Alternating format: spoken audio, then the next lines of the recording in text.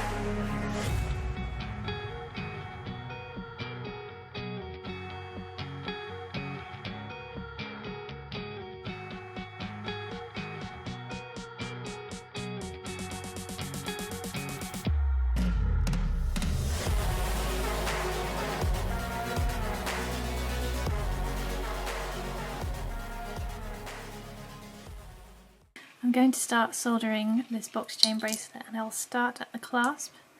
Inside the clasp is a very tiny spring which works the trigger, and repeated heating of this can make it brittle and break, so you want to protect it. And I've got some Technoflux heat resistant barrier cream, so I will just cover the whole of the clasp in this, and then I will solder the tiny jump ring that it's attached to.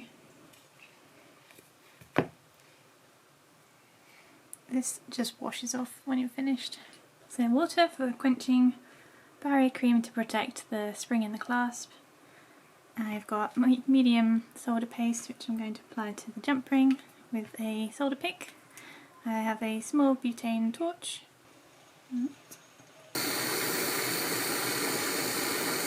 The first jump ring is soldered, so I can slowly make my way down the long chain. So I'm almost done. I think I've got about 5 jump rings left to solder, and then I'll have to check the rest of the chain because I've probably missed a few. So the way I'm doing it at the moment is one jump ring at a time. I'm getting a tiny amount of solder on my solder pick. You can barely see it there. And then I'm beading it up using the torch so that it becomes a little blob, and then attempting to position it on the join that I'm trying to solder, which sometimes goes to plan and sometimes it doesn't. Sometimes it ends up just wrapping itself around the solder pick, in which case I have to kind of stroke the solder off onto the silver, because the flux in the silver is really sticky, so it either sticks to the jump ring or it sticks to the pick, so it goes either way. And when I'm soldering, I'm aiming the torch just below the middle of the flame, just below the solder join. It's where the hottest point is because the heat will rise up, so just below that, whilst keeping an eye on my other solder joins so that I don't accidentally remelt those.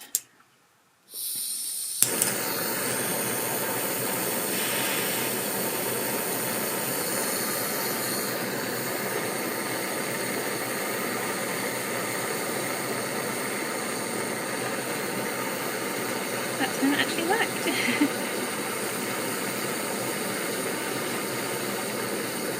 And sometimes you need to stroke the solder into the right direction. There we go.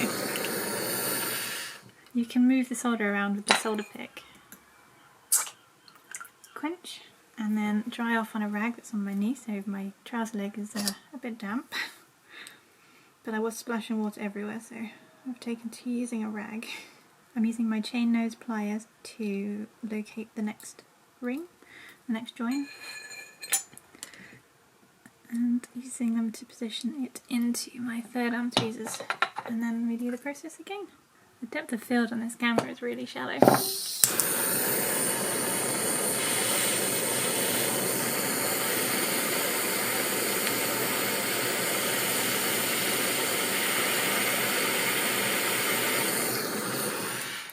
Okay, it's nice when it goes quickly.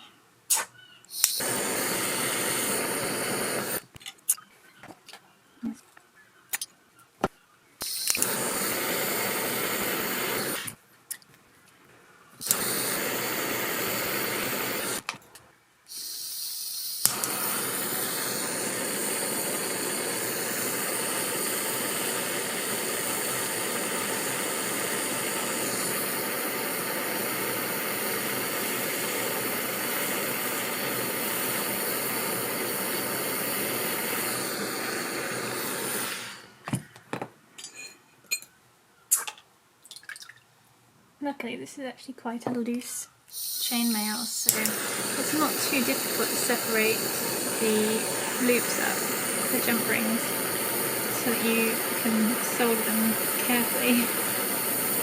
Ah, there we go, it's stuck to the pick.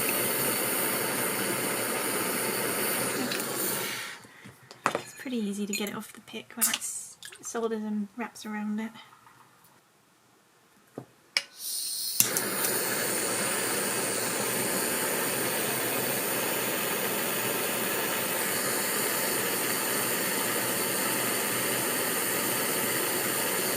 Oh no, that's where you heat it too much and you melt it. Oops, thankfully that was the very last jump ring. So a simple thing to do after quenching it is snip it off. So the new one on.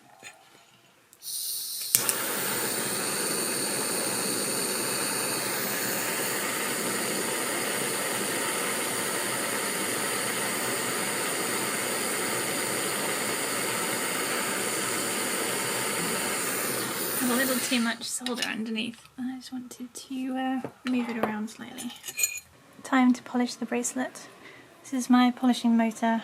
I use this for everything that's large that needs polishing, and chain. You have to be careful that it doesn't try and snatch the chain out of your hand, so I make sure I hold it in my little finger there, and I'm holding it with both hands. I will move the jump rings. I'll try and turn them, rotate them, hold it at lots of different angles to try and get all of the jump rings inside and out.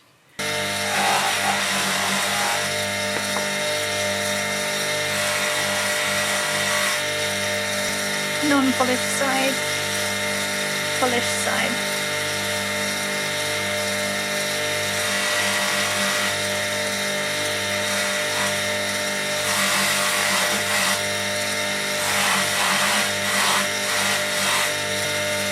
Non-polished side, polished side. You can really see the difference. It'll be even nicer when the black polish is cleaned out from inside.